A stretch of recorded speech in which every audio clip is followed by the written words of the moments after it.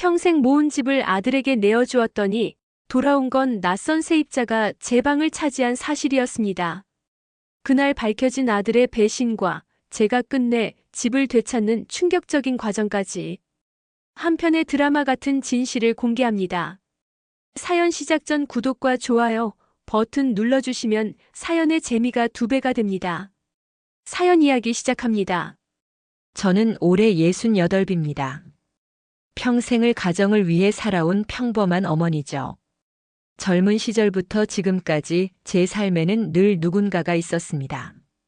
처음엔 남편이, 그 다음엔 아들이. 저 자신을 위한 시간은 거의 없었어요. 남편 박정호 씨와 결혼한 게 벌써 40년 전 일입니다. 그때만 해도 저희는 신혼부부답게 꿈이 많았어요. 작은 원룸에서 시작했지만 언젠가는 넓은 집에서 아이들과 함께 행복하게 살겠다고 다짐했죠. 남편은 성실한 사람이었어요. 새벽 6시면 어김없이 일어나 공장으로 출근하고 저녁 늦게 돌아와도 불평 한마디 없이 제가 차려준 소박한 밥상 앞에 앉곤 했습니다. 아들 민수가 태어났을 때의 기쁨을 아직도 잊을 수가 없어요. 작고 보드라운 그 아이를 처음 품에 안았을 때 세상 모든 것을 다 가진 듯한 행복감이 몰려왔습니다. 남편도 마찬가지였어요. 그 사람은 아이가 울기만 해도 어쩔 줄 몰라 하며 저를 깨웠고 밤새 기저귀를 갈아주며 자장가를 불러주었습니다. 그렇게 셋이서 알콩달콩 살던 어느 날 갑작스럽게 남편이 쓰러졌습니다. 뇌출혈이었어요. 병원에서 사흘을 버티다가 결국 저희 곁을 떠났습니다. 민수가 겨우 12살 때였어요. 장례식장에서 아이는 아빠의 영정 사진을 붙잡고 펑펑 울었습니다. 저도 울고 싶었지만 참았어요. 이제 이 아이를 지켜야 할 사람은 저뿐이었으니까요. 남편이 떠난 후의 삶은 정말 힘들었습니다. 그때까지 저는 집에서 아이만 돌보며 살았는데 갑자기 생계를 책임져야 하는 상황이 된 거예요. 다행히 남편이 들어둔 보험금과 약간의 저축이 있었지만 그것만으로는 아이를 기르며 살기에 턱없이 부족했습니다. 동네 슈퍼마켓에서 계산 일을 시작했어요. 하루 8시간씩 서서 일하는 게 처음엔 무척 힘들었지만 점차 익숙해졌습니다. 퇴근 후에는 집 근처 분식집에서 설거지도 했어요. 민수가 학교에서 돌아올 시간에 맞춰 집에 들어가려면 새벽까지 일해야 했지만 그래도 견딜만 했습니다. 무엇보다 아이가 제 마음을 아껴주었어요. 민수는 또래 아이들에 비해 참 의젓했습니다. 학교에서 돌아오면 숙제부터 하고 제가 늦게 들어올 때면 라면이라도 끓여서 기다리곤 했어요. 친구들이 새 운동화나 게임기를 갖고 와도 부럽다는 말 한 번 하지 않았습니다. 엄마, 나는 지금도 충분히 행복해요. 15살 민수가 어느 날 저에게 한 말입니다. 그때 얼마나 고마웠는지 몰라요. 이런 아이를 위해서라면 무엇이든 해줄 수 있을 것 같았습니다. 고등학교에 진학할 때쯤 저는 하나의 큰 목표를 세웠습니다. 반드시 집을 한 채 마련해서 아이에게 물려주겠다고요. 전세방을 전전하며 살기에는 이 아이가 너무 소중했거든요. 남편이 남긴 보험금에다가 제가 모은 돈을 보태도 턱없이 부족했지만 포기할 수는 없었습니다. 집을 사기 위해 저는 더욱 열심히 일했습니다. 슈퍼마켓 일을 그만두고 식당에서 홀서빙을 시작했어요. 팁도 받을 수 있고 시급도 조금 더 높았거든요. 하지만 그것만으로는 부족했습니다. 퇴근 후에는 아파트 청소일도 했어요. 새벽 5시부터 6시까지 아파트 계단과 복도를 걸레질하는 일이었습니다. 무릎이 아프고 허리가 끊어질 것 같았지만 통장에 조금씩 쌓여가는 돈을 보면 힘이 났어요. 옷 한 벌 사 입는 것도 아꼈습니다. 겨울 코트는 10년째 같은 것을 입었고 구두도 밑창이 닳아 구멍이 날 때까지 신었어요. 화장품도 제일 저렴한 것만 썼고 미용실은 1년에 한 번 가면 많이 가는 거였습니다. 민수가 대학에 합격했을 때는 정말 기뻤어요. 국립대 공과대학에 장학금까지 받고 들어간다니 이보다 더 자랑스러울 수가 없었습니다. 하지만 동시에 걱정도 됐어요. 아무리 장학금을 받는다 해도 대학 생활에는 돈이 많이 들 테니까요. 그래서 더욱 악착같이 모았습니다. 민수가 대학을 졸업할 때까지 4년 그 기간 동안 저는 하루도 쉬지 않고 일했어요. 설날이나 추석에도 식당에 나가 일했고 몸이 아파도 참고 견뎠습니다. 드디어 민수가 대학을 졸업하고 좋은 회사에 취직했을 때 저는 이제 정말 집을 살 때가 됐다고 생각했습니다. 그동안 모은 돈으로 작은 아파트 하나는 살 수 있을 것 같았거든요. 민수와 함께 부동산에 다니며 집을 알아봤습니다. 처음에는 너무 비싸서 포기할 뻔했지만 조금 외진 곳에 괜찮은 아파트를 찾았어요. 24평 정도 되는 작은 집이었지만 방이 2개라서 저희 모자에게는 충분했습니다. 엄마, 정말 이 집으로 할 거예요? 민수가 조심스럽게 물었습니다. 아마 제가 너무 오래 망설이고 있어서 그랬나 봐요.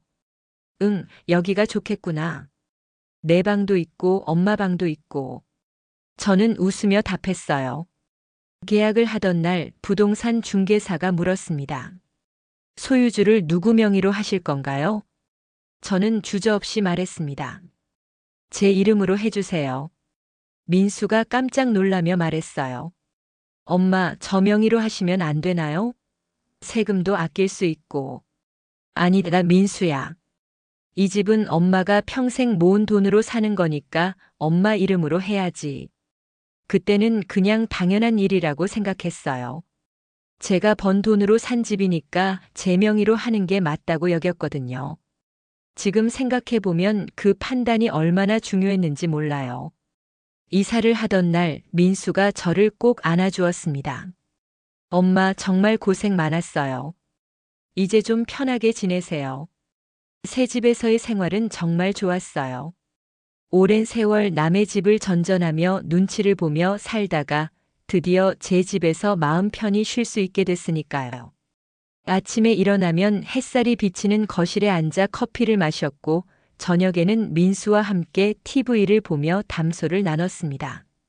민수가 회사 동료인 수진이와 연애를 시작한다고 했을 때 저는 기뻤습니다.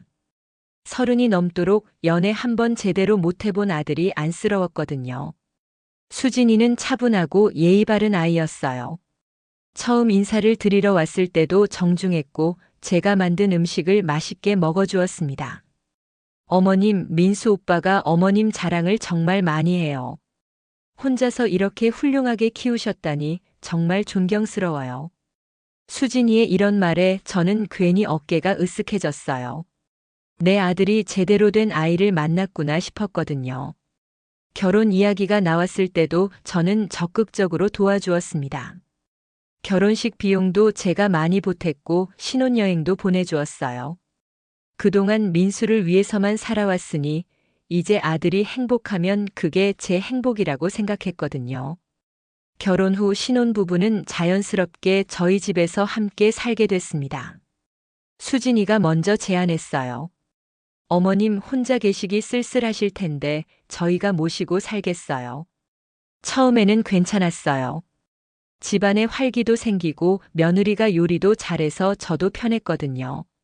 하지만 시간이 지나면서 조금씩 달라지기 시작했습니다.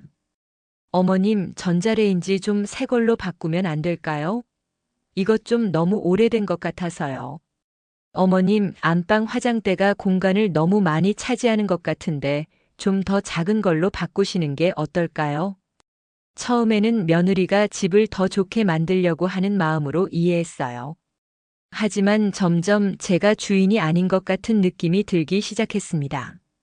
제 물건들이 하나둘씩 사라지고 제가 좋아하던 것들이 촌스럽다는 이유로 치워졌어요. 결혼 2년 차쯤 되었을 때 민수 부부의 태도가 확연히 달라졌습니다. 처음엔 어머님께서 고생 많으셨으니 이제는 편히 쉬세요라고 하더니 나중에는 집에서 빈둥거리지만 말고 뭔가 해보세요라고 말하더군요. 저는 그때도 식당에서 일하고 있었는데 며느리는 그걸 모르는 것 같았어요. 아니, 알면서도 모른 척하는 건지도 모르겠습니다. 제가 벌어오는 돈으로 집안 살림에 보태고 있다는 걸 알면서도 말이에요. 어느 날 저녁 민수와 수진이가 거실에서 속삭이며 대화하는 소리가 들렸습니다. 여보, 어머님이 집에 계시니까 우리끼리 시간도 없고 친구들 초대하기도 어렵지 않아? 그래도 우리 엄마인데 어디 가시라고 할 수는 없잖아. 물론 그런 뜻이 아니야. 그냥 어머님도 어머님만의 공간이 있으시면 좋을 것 같아서 그래. 실버타운 같은 곳 말이야. 그 말을 듣는 순간 가슴이 철렁했습니다. 내가 키운 아들이 내가 사준 집에서 나를 내보내려고 한다는 생각이 들었거든요. 하지만 그때도 저는 설마 그럴 리가라고 생각하며 넘어갔어요. 하지만 상황은 점점 더 나빠졌습니다. 집에 손님이 오면 저는 자연스럽게 제 방으로 들어가야 했고 거실에서 TV를 보고 있으면 눈치를 줬어요. 어머님, 저희가 중요한 얘기 좀 해야 하는데. 그렇게 점점 제 집에서 제가 눈치를 보며 살게 됐습니다. 그해 겨울 잊을 수 없는 일이 일어났습니다. 며칠 동안 민수 부부가 어디론가 여행을 간다고 해서 저는 오랜만에 집에서 혼자 편히 쉬고 있었어요. 그런데 둘째 날 저녁에 갑자기 집에 돌아왔는데 제 방에 낯선 남자가 있는 게 아니겠어요? 여긴 제 방인데 이게 무슨 일이죠? 저는 당황해서 민수를 불렀습니다. 민수가 나타나서는 아무렇지 않게 말하더군요. 아, 엄마. 방이 아까워서 세입자를 구했어요. 월세도 받을 수 있고 일석이조잖아요. 그 순간 다리에 힘이 빠져 주저앉을 뻔했습니다. 평생 모든 걸 쏟아부어 마련한 집, 그 집에서 제 자리조차 없다는 게 믿어지지 않았어요. 그럼 엄마는 어디서 자라고 하는 거냐? 거실 소파에서 주무시면 되잖아요. 아니면 수진이 방에 매트리스 하나 더 깔아드릴게요. 저는 그 순간 정말 화가 났습니다. 하지만 화를 내봤자 소용없을 것 같아서 그냥 참았어요. 그날 밤 거실 소파에 누워서 천장을 바라보며 한참을 울었습니다. 며칠 후 더 충격적인 사실을 알게 됐습니다. 그 세입자가 제게 조심스럽게 다가와서 귓속말을 하더군요. 어머님, 죄송한 말씀이지만 저는 사실 집주인과 정식으로 계약을 한 게 아닙니다. 아드님이 어머님 모르게 제 이름으로 전세 계약서를 만들어준 것 같아요. 그 말을 듣는 순간 머리가 하얘졌습니다. 혹시나 해서 서랍을 뒤져봤더니 제 도장이 없어졌더군요. 은행에 가서 확인해 보니 제 모르는 사이에 집을 담보로 대출까지 받아놓은 상태였습니다. 그날 밤 저는 정말 절망스러웠어요. 내가 평생을 바쳐 키운 아들이 날 이렇게까지 속일 수 있다니요. 잠도 안 오고 해서 밤새 뒤척이다가 남편의 유품을 정리해둔 상자를 꺼냈어요. 상자 맨 아래에서 낡은 봉투 하나를 발견했습니다. 남편이 쓴 편지였어요. 아마 돌아가시기 전에 몰래 써둔 것 같았습니다. 사랑하는 아내에게. 이 편지를 읽고 있다면 아마 나는 이미 이 세상에 없을 것이다. 미안하고 고맙다는 말밖에 할 말이 없구나. 한 가지 당부하고 싶은 게 있다. 자식은 때로 부모를 배신할 수도 있다. 아무리 사랑으로 키워도 말이다. 하지만 집만은 반드시 당신 이름으로 지켜라. 그것만이 당신이 마지막에 기댈 수 있는 곳이 될 거다. 민수를 사랑하지만 무엇보다 당신 자신을 먼저 생각해라. 당신도 소중한 사람이니까. 영원히 당신을 사랑하는 남편 정우가. 그 편지를 읽고 얼마나 울었는지 몰라요. 남편이 벌써 이런 일을 예견하고 있었다니. 그리고 제가 얼마나 현명했는지도 깨달았어요. 집을 제 명의로 해둔 것 말이에요. 남편의 편지 덕분에 정신이 번쩍 들었습니다. 그렇다, 나도 소중한 사람이다. 아들을 위해 평생을 바쳤다고 해서 내가 무시당해야 할 이유는 없다. 다음 날 아침 일찍 법무사 사무실을 찾아갔습니다. 상황을 설명하니 법무사도 놀라더군요. 어머님, 이건 명백한 문서 위조예요. 형사 고발도 가능한 사안입니다. 하지만 저는 아들을 감옥에 보내고 싶지는 않았어요. 그냥 제 권리를 되찾고 싶을 뿐이었습니다. 일단 전세 계약을 무효화하고 무단으로 받은 대출도 정리해야 합니다. 그리고 집에서 나가라고 통보하세요. 법무사의 조언에 따라 모든 절차를 밟았어요. 며칠 후 내용 증명이 집으로 도착했을 때 민수와 수진이의 얼굴이 새파랗게 변하더군요. 엄마, 이게 뭐예요? 왜 이런 짓을 하세요? 민수가 다급하게 물었어요. 저는 차분하게 답했습니다. 내가 번 돈으로 산 집이니까 내 맘대로 하는 거다. 그래도 이런 식으로는 너무하잖아요. 우리를 어디 가서 살라고 해요? 그건 내가 알아서 할 일이다. 나도 거실에서 자면서 어디 가서 살지 알아봐야 했잖니. 그때서야 민수가 무릎을 꿇고 빌었어요. 엄마, 제가 잘못했어요. 다시 기회를 주세요. 앞으로는 정말 잘할게요. 하지만 저는 마음을 굳혔습니다. 민수야, 내가 버린 건 집이 아니라 어머니 마음이다. 그 마음은 한번 버려지면 다시 주워 담을 수 없단다. 민수 부부가 집을 나간 후 처음에는 허전했어요. 그래도 20여 년을 키운 아들인데 이렇게 헤어지게 될 줄은 몰랐거든요. 하지만 며칠 지나니까 마음이 훨씬 편해졌습니다. 다시 제 집에서 제가 주인이 된 기분이었어요. 좋아하는 음악을 크게 틀어도 눈치 볼 필요 없고 밤늦게 TV를 봐도 괜찮았어요. 무엇보다 제 방에서 편안하게 잘 수 있다는 게 얼마나 좋은지 몰라요. 식당 일도 그만두고 이제는 정말 여유롭게 살고 있습니다. 그동안 모은 돈이 있어서 당분간은 일하지 않아도 될 것 같아요. 오랫동안 못 해본 취미 생활도 시작했어요. 동네 문화센터에서 서예 강습을 받고 등산 모임에도 나가고 있습니다. 처음에는 혼자 사는 게 외로울까봐 걱정했는데 의외로 괜찮더군요. 오히려 이제서야 제 자신을 위한 시간을 갖게 된 것 같아요. 68살에 뒤늦게 배우는 자유의 맛입니다. 몇 개월 후 민수가 전화를 했어요. 엄마, 저 이제 정말 뉘우쳤어요. 다시 용서해 주시면 안 될까요? 솔직히 마음이 흔들렸어요. 아무리 잘못을 했어도 제가 낳아 기른 아들인데 미워할 수만은 없잖아요. 민수야, 엄마도 너를 미워하는 건 아니다. 하지만 다시 함께 살 생각은 없다. 왜요? 제가 진심으로 뉘우치고 있는데요. 내가 뉘우친다는 걸 어떻게 믿을 수 있겠니?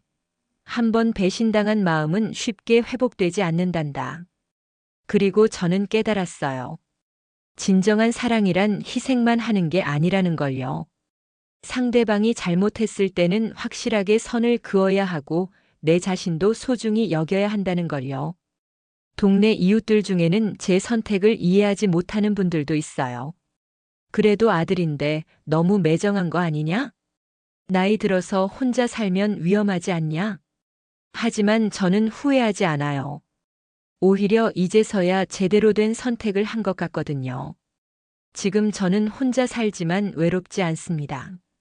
제 집에서 제가 원하는 대로 살 수 있다는 게 이렇게 자유로운 줄 몰랐어요. 아침에 늦잠을 자도 괜찮고 밤늦게까지 책을 읽어도 누구 눈치 볼 일이 없어요. 요즘엔 요리하는 재미도 새로 발견했어요. 그동안은 늘 가족들 입맛에 맞춰서 만들었는데 이제는 제가 먹고 싶은 걸 마음껏 만들어 먹어요. 어제는 어릴 때 먹던 콩나물국을 끓여 먹었는데 정말 오랜만에 느끼는 고향의 맛이더군요. 동네에서 새로운 친구들도 사귀었어요. 등산 모임에서 만난 분들인데 비슷한 나이라서 그런지 이야기가 잘 통해요. 가끔 함께 여행도 가고 맛있는 식당도 찾아다녀요. 언니, 정말 용기 있는 선택을 하신 것 같아요. 저라면 못했을 거예요. 등산 모임의 한 언니가 제게 한 말입니다. 그런 말을 들을 때마다 제 선택이 옳았다는 확신이 들어요. 며칠 전에는 뜻밖의 손님이 찾아왔어요. 민수와 수진이가 낳은 손자 지훈이었습니다. 벌써 5살이 된 이 아이를 저는 민수 부부와 헤어진 후 한 번도 보지 못했거든요. 할머니. 아이가 제게 달려와서 안겼을 때 마음이 뭉클해졌어요. 아무리 아들과 사이가 틀어졌어도 손자는 죄가 없잖아요. 지훈아, 할머니가 보고 싶었구나. 네, 할머니. 아빠가 할머니는 무서운 사람이라고 했는데 전혀 안 무서워요. 아이의 순진한 말에 쓴웃음이 나왔어요.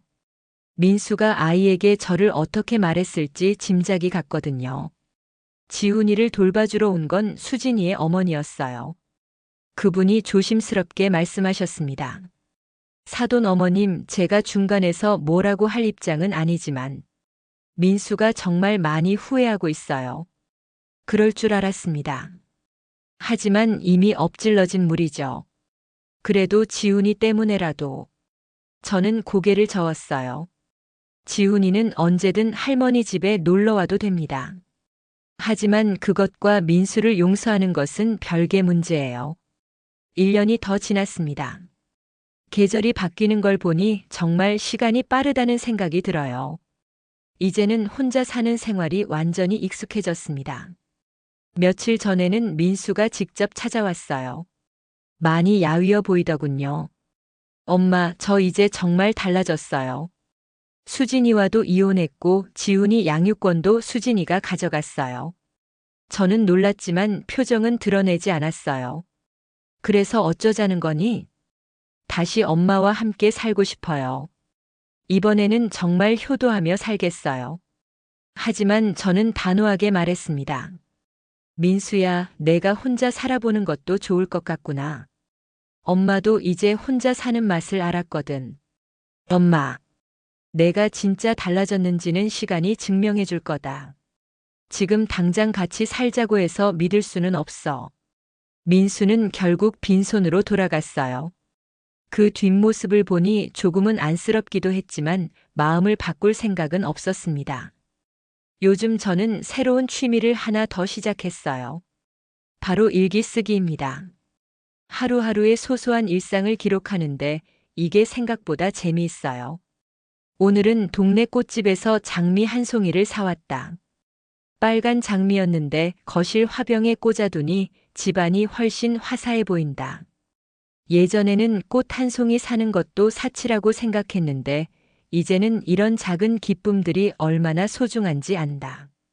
이런 식으로 쓰다 보면 하루하루가 의미 있다는 느낌이 들어요. 그동안 저는 제 자신을 위한 시간이 거의 없었는데 이제서야 진짜 나를 찾아가는 것 같아요. 문화센터에서 만난 친구 영숙 씨가 말했어요. 정미 씨, 요즘 표정이 정말 밝아졌어요. 뭔가 자유로워 보여요. 그런가요? 저도 그런 느낌이에요. 이제서야 제대로 사는 것 같달까요? 부럽네요. 저는 아직도 시어머니 눈치, 남편 눈치 보며 살고 있는데 그런 이야기를 들을 때마다 제 선택이 얼마나 잘한 일인지 다시 한번 깨닫게 돼요. 지훈이가 가끔 저를 찾아와요. 수진이 어머니께서 데려오시는데 아이와의 시간은 정말 소중해요. 할머니, 저 다음에 크면 할머니랑 같이 살 거예요. 그래? 왜? 할머니 집이 제일 편해요. 아빠 집은 너무 조용하고 무서워요. 아이의 말을 들으니 민수가 혼자 살면서 얼마나 힘들어하고 있는지 짐작이 갔어요. 하지만 그건 민수가 감당해야 할 몫이죠. 지훈이와 함께 공원에 가서 그네를 밀어주고 집에 와서 함께 만화를 보는 시간들이 정말 행복해요. 아이는 순수해서 복잡한 어른들의 사정을 모르고 그냥 할머니와 함께 있는 걸 좋아하거든요. 할머니, 우리 오늘 뭐 해요? 지훈이가 하고 싶은 거 하자. 그럼 할머니가 해주시는 계란말이 먹고 싶어요.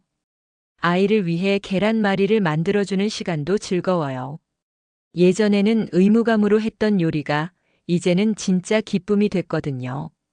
얼마 전에 민수가 또 전화를 했어요. 엄마, 제가 매주 생활비를 드릴게요. 그러니까 다시 생각해 주세요. 하지만 저는 거절했어요. 민수야, 효도가 돈으로만 하는 게 아니라는 걸 아직도 모르겠니? 그럼 뭘 어떻게 하라는 거예요? 진심을 보여줘라. 엄마를 하나의 인격체로 존중한다는 걸 행동으로 보여줘. 사실 저에게는 돈이 문제가 아니에요. 그동안 모은 돈도 있고 연금도 나오고 있거든요. 제가 원하는 건 진정한 존중이에요. 며칠 후 민수가 문자를 보냈어요. 엄마, 제가 그동안 엄마를 사람이 아닌 그냥 엄마라는 역할로만 봤던 것 같아요. 엄마도 꿈이 있고 하고 싶은 게 있는 한 사람이라는 걸 이제야 깨달았어요. 시간이 걸리더라도 정말 달라진 모습 보여드릴게요. 그 문자를 받고 조금 마음이 움직였어요. 하지만 아직은 지켜봐야겠어요. 70세가 된 지금 저에게는 새로운 꿈이 생겼어요. 바로 여행입니다. 그동안 가족을 위해 살느라 한 번도 제대로 된 여행을 가본 적이 없거든요. 먼저는 국내 여행부터 시작했어요. 제주도에 다녀왔는데 바다를 보면서 정말 시원한 기분이었어요. 혼자 가는 여행이 이렇게 자유로울 줄은 몰랐어요. 다음에는 어디로 가볼까? 여행 계획을 세우는 것만으로도 즐거워요. 부산도 가보고 싶고 경주도 가보고 싶어요. 가능하다면 해외여행도 도전해보고 싶어요. 등산 모임 친구들과 함께 가는 여행도 계획 중이에요.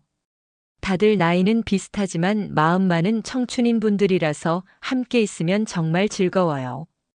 6개월 정도 지났을까요? 민수의 태도가 조금씩 달라지기 시작했어요. 전화를 할 때도 예전처럼 뭔가를 요구하는 게 아니라 그냥 안부를 묻는 정도예요. 엄마, 요즘 어떻게 지내세요? 응, 잘 지낸다. 등산은 꾸준히 다니세요? 그럼 재미있어서 빠지지 않고 나가고 있어. 그거 참 좋네요. 엄마가 행복해 보이셔서 다행이에요. 예전 같으면 그런 소리 하지 말고 어서 집에 들어와서 함께 살자고 했을 텐데, 이제는 제 선택을 인정하는 것 같아요. 얼마 전에는 어버이날에 카네이션을 보내왔어요. 꽃과 함께 온 카드에는 이렇게 적혀 있었어요. 엄마, 그동안 정말 죄송했습니다. 엄마의 선택을 존중합니다. 엄마가 행복하시면 저도 행복해요. 그 카드를 보고 조금 울컥했어요. 하지만 아직은 서두르지 않기로 했어요. 이제 저는 완전히 자유로워졌어요. 아침에 일어나서 오늘은 뭘 할까? 라고 생각하는 게 이렇게 행복한 줄 몰랐어요. 어제는 동네 도서관에서 책을 빌려와서 하루 종일 읽었어요. 젊은 시절에 못 읽었던 소설들을 이제서야 읽고 있는데 정말 재미있어요. 오늘은 새로 배우기 시작한 서예 작품을 완성했어요. 자유자재라는 글자를 써봤는데 제 지금 마음과 딱 맞는 것 같아요. 친구들과 함께하는 시간도 소중해요. 어제는 영숙 언니, 순자 언니와 함께 맛집 투어를 했어요. 맛있는 음식을 먹으며 수다를 떠는 시간이 이렇게 즐거울 줄 몰랐어요. 우리 다음에는 온천 여행 어때? 좋지, 좋아. 이런 대화를 나누는 것만으로도 기분이 좋아져요. 지금 제가 살고 있는 이 집은 단순히 집이 아니에요. 제가 평생 노력해서 얻은 것이고 마지막에 저를 지켜준 든든한 울타리예요. 거실에 앉아서 창밖을 바라보면 햇살이 참 따뜻해요. 이 집에서 저는 처음으로 진짜 나를 찾았어요. 누군가의 엄마, 누군가의 며느리가 아닌 그냥 나 말이에요. 민수는 아직도 가끔 연락을 해요. 하지만 이제는 함께 살자는 말은 하지 않아요.